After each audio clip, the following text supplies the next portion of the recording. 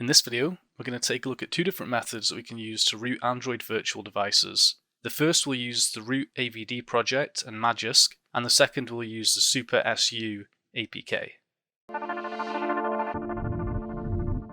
So I was planning on doing a source code review in this episode, to see if we could find any hard-coded credentials or any ways to bypass the login authentication.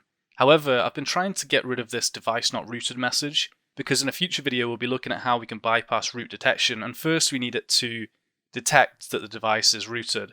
So let's go and take a look at a couple of methods. The first thing I want to do is also just downgrade our Android virtual device. So last time, in the first episode, we had, I think, API 30, and then I downgraded it and also changed to the non-Google API because we need that for rooting the device, for it to be fully rooted.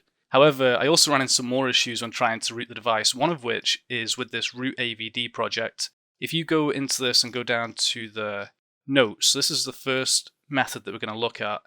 And we've got lots of instructions and we've got some notes here, and it actually says API 28, which is Pi, is not supported at all because, and then you can go and read some more about that in the actual documentation. And that happens to be the version that we chose to use, is 28. We can stop this virtual device and we'll go and create a new one. So I'm going to remove the old one. We'll just delete that. It says it's still running. Let me click stop again. Okay, delete. We'll delete that. We'll create a new device, and I'm just going to select one with a large screen size just to make it easy for us. Click next, and this is where we want to download an image. So remember, originally we downloaded one of the Google API versions, which we don't want to do. We also want to make sure it's lower than 28 because of various issues with rooting the device, and we're currently using this Pi 28 Android 9.0. So let's go down one. Let's change it to Android 8.1 Oreo. Click download here to make sure we've got the disk image downloaded. I'll speed this bit up for you. Alright, we'll click on finish. And there we go, we've now got that added as well. So I'll click on next, and I'm going to name this the same as the previous one. So I'm just going to call it Intigriti, and then we'll click finish. So that's it. The device has been created. We can click play to start that here. We can see the API is version 27, so that shouldn't be an issue for us. And let's just go back to the repo. We've got some instructions on how to use this. I'm just going to clone the repo to begin with. So this is one of the methods that we're going to look at, and this is using the Magisk method. We're also going to look at using the SuperSU APK. Alright, so let's go and open up rootAVD. And in here we've basically got this shell script that we can run. So I'm going to run rootavd.sh, and it comes up here telling us what we can run. So we can list AVDs, or we've got some examples here. And notice this is Android 27, so that's actually using the API that we've just created. So I'm going to take a copy of this. We don't need to list AVDs because it's listing them here. If we had more than Android 27, it would also show example commands for each of those. That's it. I'll copy and paste that. And it comes up and says no ADB connection is possible. That's because we're not running the phone. Let's click play. That's going to launch. We might need to give it a moment. Let me try that again. There we go. Alright, so it's basically running through and it's going to do everything it needs to for us. You can see that it's been extracting this Magisk and installing it. BusyBox binary does not support. Okay. Can't access packet manager. That doesn't look good. Alright. I should have waited for the phone to boot up. That would probably be a good idea. Alright, so the phone is booted. We can see here we don't have our InsecureBankv2 app anymore because we've got a new virtual device. I'm going to run that again. This time you can see it's temporarily installing. It's going a bit slower, which is good. And it's asking us now which version of Magisk shall we install. I'm just going to hit enter to do the default, and it's running through, and it's basically told us then if AVD doesn't shut down, try and do that manually. It didn't actually shut down, so okay, I'll try and restart this. Let's do stop. Alright, I think it was trying to stop on its own. I'm just rushing things along, but that's okay. Let's try it out. Let's open up our apps, and you'll see that we've got Magisk now, so we can open that. It says it requires some additional steps, so I'm going to click OK, and it says it's rebooting in 5 seconds. Okay, so the phone has been rebooted. Let's just go and open it again to see if it asks for anything else. We open up Magisk, and it doesn't. It looks fine. So let's close that down. Let's go and install our APK again. So I'm going to go back to Android Studio, no, Android InsecureBank APK. We can do ADB install insecure. I don't like the way you don't get autocomplete when doing that. Let's copy and paste. Performance streamed install, so that's it installing. If we now open up our apps again, we've got InsecureBankv2. We also need to make sure the server is running. It is still running from the previous time. Remember, I also changed the credentials as well, so that's something to bear in mind. Your credentials won't be the same as mine, as I changed them to admin123. Alright, we click OK. It's asking for the server details again. Click OK, log in, but it still says it's not rooted, which is interesting. So to verify this, what I did was used one of the apps that was referenced in this other article. I'll leave these in the description, of course. This suggests setting it up using the, well, it actually gives us two ways. One is to use the SuperSU APK, and then the second is to install Magisk manually.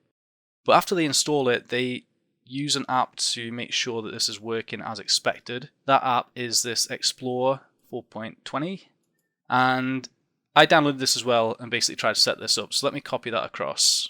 Alright, so I copied it over to the desktop, and we'll just do the same thing again. I'll just go back to the desktop and then ADB install. Let me just get the file name. ADB install, copy and paste, and that's going to install the app. And we just want to make sure that it's going to actually give us those super user permissions. On the app, I'll go back to our home screen. It's successfully installed, so we'll go into Explore, and then we can go and try to access the root file system here. So we go into, oh, it's moving around. Alright, so here we go. Grant full access to your device, deny if not sure. So I click grant, and there we go. So it's given us these listings, which means we do have root access. We are super user, and it's used Magisk to do that. But for whatever reason, the application is not actually showing it's rooted whenever we look at the InsecureBankv2. So I wanted to have a look into this and see why that was the case. And to do that, I'm going to go into the source code of the APK. So let's go back into InsecureBank. What's it called? Android InsecureBank. And then we'll do Jadix GUI. I didn't really need to be in this directory because we're going to load the APK anyway. So we're just going to open this up and get a decompilation of the APK. Android InsecureBank APK. We open it up and then we're going to jump into the COM Android InsecureBank. And then the post login. So this is where the check is actually being done. And you can see we've got this check here. Can I zoom in? We've got this check. It says, does this superuser APK exist? And it's looking for this APK. If so, it's rooted. Or if this function comes back true, it's rooted. And that's this function down here. So the first thing we want to do is try and find out, is this check, why is this check not coming back true? Should it not be found in this app? And to do that, we can basically just go and search the device and try and find out where this might be. So it's supposed to be in system app. So let me do ADB shell, and then we'll do ls and system app. We do that, and in here we're looking for a superuser APK. It's in alphabetical order, so have a look down near S, and there isn't actually any superuser.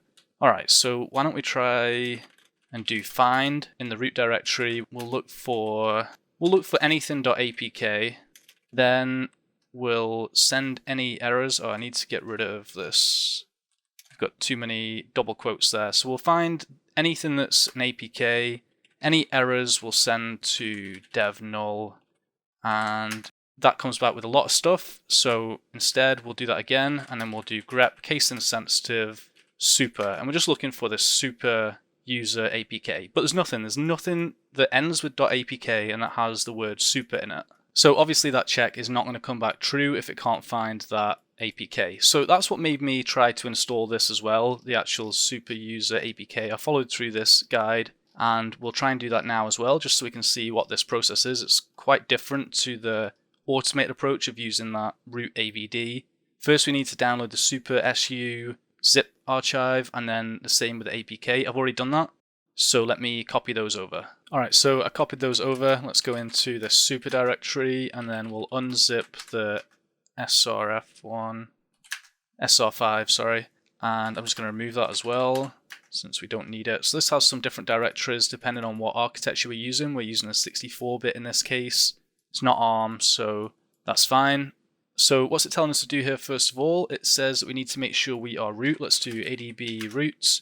It's restarting our Android device bridge something as root, and now we can, let's check this. The root file system is mounted as root only. Okay, so I'll run that, and yeah, read only.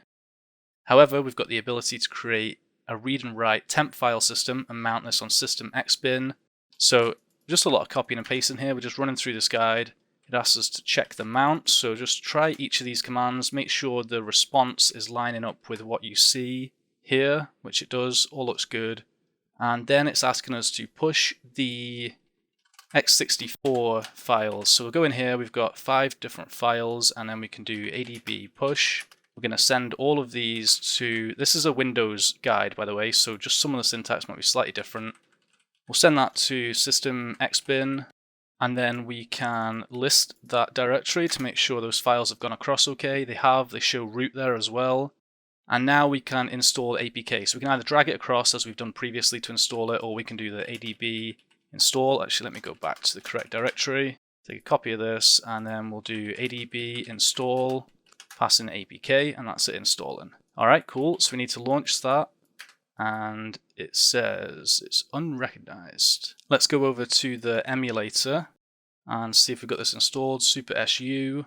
Okay, maybe we need to do the start stuff first. We'll click start. It says it's occupied. Okay, this might be because I already set up Magisk first. This isn't how I did it whenever I tried it before making the video, so that would definitely make sense. Okay, so I was hoping for demonstration purposes to go through this as well, but basically that was pretty much the final step. So once this was all set up, you'd be able to go and do what we did previously, where we went through our explore. You could use that and you could basically grant it super user privileges using the SuperSU instead of using Magisk. So they're both just 2 different ways to do that, and both are fine. However, if we go and actually have a look at our InsecureBankv2, we'll still get this device not rooted message, and we can verify that by going and listing out these files again. So we know that it's looking for system app superuser.apk, and that's not in here. And we can do the search again and find any APKs that have superuser in them, and you'll see that actually now we do, because it's installed this one that we got from Chainfire, but we don't have any that are called superuser.apk, and they're certainly not in the directory that we're looking for either. Notice what we do have here as well, data app superuser.su, and here we have an APK. This is very similar to what it's looking for. Let's go back here, system app superuser.apk. This is data app, and then the file name is not the same basically, but it is the same APK, it's just been given a different file name. So when I was investigating this issue, I saw some reports that from Android 8 onwards, user apps will by default be installed into data app rather than system app. And that's one of the reasons for downgrading the version, as well as what we saw with the rootAVD, that it needs to be API 27 or below. But we are using that now, and it's still installed the app into this location. So I'm not too sure. Maybe I did something wrong there. Maybe the information I got was incorrect. But I was also just thinking, well, there's 2 checks being done here. One of them is this app location. Another is this does SU exist, which is checking system xbin which SU. So if we say ADB shell and then which SU, this comes back with a result, which is basically all this is looking for. It's just simply saying if this comes back with a result, then the device is rooted basically. And it's not coming back that way. So why is that? Well, if we do which, we'll find out that our which application is installed at system/bin. So what this is actually doing is it's doing system xbin which, and then using that to call SU. Well, if we do ADB shell, it's not found. So whenever the app is running that command, this is what it's getting back, not found. So that's essentially another issue. And looking into that, it turns out that this location changed, I think at around Android 4.4, which was KitKat. So to get around this, you could downgrade your Android version again to a really old version to the point where 64-bit isn't even available. However, that's probably not the best solution. I mean, the reason that we're having this issue to begin with is because this project is several years old. So the last release was 2019, but a lot of the code was written many years before that, and that's the same for a lot of these insecure Android apps. So probably a better option, rather than downgrading the Android version, is to actually fix the root detection. So we're basically going to do things in reverse. Our plan was to have this show that the device was rooted, because it is, and then to show how we can bypass that root detection. But instead, we're going to have to do the other way around. The device is rooted and it's not being detected, and we're going to have to use the same technique, or one of the same techniques that we would have used to bypass root detection. We're going to use that to enable root detection, or to fix root detection, should I say. Alright, so let me close this down. I'm not going to save that, and we're going to basically patch the APK. So let me create a new directory, and I'm going to copy over the InsecureBank APK to our new directory. We'll go in there, we'll use APK tool to decompile this, and this is going to give us all of our Smalley files. So you can see here it's converting the .dex to Smalley. We can now open up that directory with code or codium or your IDE of choice. Let's go into the Smalley, we'll go into our COM, Android, and then here's the stuff. This is just the same stuff that we're seeing in Jadix, except it's not going to be Java, it's going to be Smalley, so it's that kind of like assembly code. And we're looking for, well, we could just basically go and search for which, remember that's what we're looking for here, system xbin which. So we've got one here, and all I'm going to do is change it to what our location is, which is system bin/which. We could also go and update the other check as well. I'm not sure where that is now, but the other check was to look for superuser.apk. So we could go and put in here our system location, the location of our APK, which, let me just get that back again. So we could also take one of these and basically just go and update the path. However, this isn't a very good solution, because obviously that's going to make it detect that our system is rooted, because that's the name of the file on our system and that's the location. But it's not going to be very portable, is it? It's not going to work on other people's systems where their SuperSU is installed in a different location or has a different file name. So it's not a very good way, it's not a very reliable way of actually checking whether the system is rooted.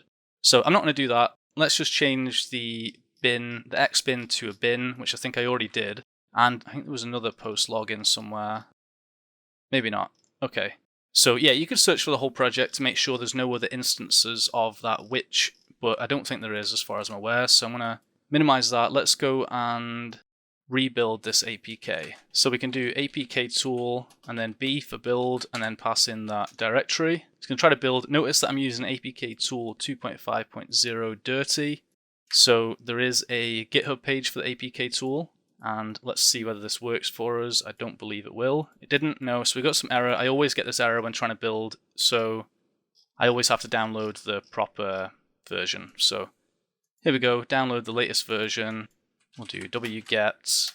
It's a jar file, so we can do java-jar apk tool b to build, and then just pass in that directory again. It's going to try and build that. Alright, cool, so it's built it. You can see here dist. Alright, so I'm going to go into, in fact, let me copy that. So it's basically generated as a new patched APK. However, we're not simply going to be able to install this now, because we need to sign it first as well. There's a few different ways to do this. I'm going to copy and paste the commands that I used previously. So key tool, we're going to generate a key store, I'm calling it Intigriti.keyStore, giving it an alias of Intigriti, and then we're giving it the RSA algorithm, the key size, the validity, and that's it. We'll run through that. Password, I'll just give it Intigriti. And then it asks us for some details. I'm just going to put in anything. And then it says, are they correct? I'll say yes. And there we go, that's been stored in the Intigriti key store, so we can have a look now. We've got this Intigriti key store, and I'm just going to copy and paste another command then, which is the jar signer, and it's just giving it a signature algorithm, digest algorithm, and it's taken in the key store that we've just provided. It's got the APK that we want to sign, and then the alias was Intigriti. Run through that, it asks us for the password that we just created, so I'm going to put in Intigriti, and there we go, it's signed. So it should just be a case now of installing that. Can we do adb install insecure? I hate the way I can't copy and paste this. I can copy that, adb install, paste that in. No, because the signatures don't match the previously installed version. So easy fix, we'll just close this down, we'll open this back up and uninstall the app. Uninstall. Oh, I need to give it some confirmation. Done. Alright, so let's install it again. Installed, let's try and run it. It asks us for some credentials. We don't have the credentials filled in anymore, so I'll go and do those ones. Remember, I've updated my credentials, so it won't be the same for you. It'll be Dinesh at $123, and there we go, just the same server details. Click submit, log in, and our device is rooted. So obviously the device was rooted all along with both of those techniques that we used. We were able to do everything that we should be able to do with a rooted device. It's just that the check for this was quite basic in terms of what it was actually looking at to determine whether the device was rooted. And we've patched the APK to make it show that it is rooted. So if you were using a really old Android device, this should show rooted by default. It's just because the app's quite old and the Android version isn't. Okay, so quick recap. If you're watching the video to find out how to root an Android virtual device for Android Studio, you can use either of the two methods that are presented, either the rootAVD project, which uses Magisk, or manually installing the superuser APK. Both are fine, and both will allow you to use the device as rooted. So as you saw, we were able to access the root file system and stuff like that through that Explore app. However, if you're watching this video because you're using the InsecureBankv2 and you're wondering why the device shows as not rooted when it is, then you'll either need to downgrade to a really old device, or you'll need to patch the APK, or use some other method that we'll go through in a future video to make it look like not to make it look like the device is rooted because it is, but to basically make it look in the correct file location for those signs of it being rooted. Now, obviously these aren't great detection methods. The whole point is it's an insecure app, so the methods of detecting that the device is rooted aren't very robust and were easily bypassable. In our case, we didn't need to bypass them at all because simply having a newer version of Android is enough to bypass the detection. Anyway, that's going to wrap it up for this video. I hope you've enjoyed it. If you have any questions or comments, as ever, leave them down below. Thanks.